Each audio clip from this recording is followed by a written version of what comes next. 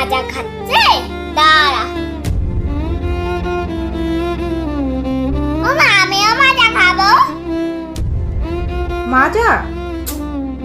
বাবা, আর তো মাজা নেই। না, আমি মাজা খাবো, আমার মাজা লাগবে। ঠিক আছে, তারা দেখছি। ফ্রিজে দেখলাম দুটো পাকা আম আছে, তাই সেই দুটো আম দিয়েই আজকে বাবানকে ঘরে বসেই মাজার মতনই ম্যাঙ্গো জুস তৈরি করে দেবো। তাই প্রথমেই আমগুলো কেটে তার মধ্যে থেকে নরম শাঁসগুলো বার করে মিক্সির জারের মধ্যে দিয়ে দিলাম। এবার তাতে সামান্য চিনি আর জল অ্যাড করে মিক্সি অন করলেই তৈরি হয়ে যাবে ঘরোয়া মাজা।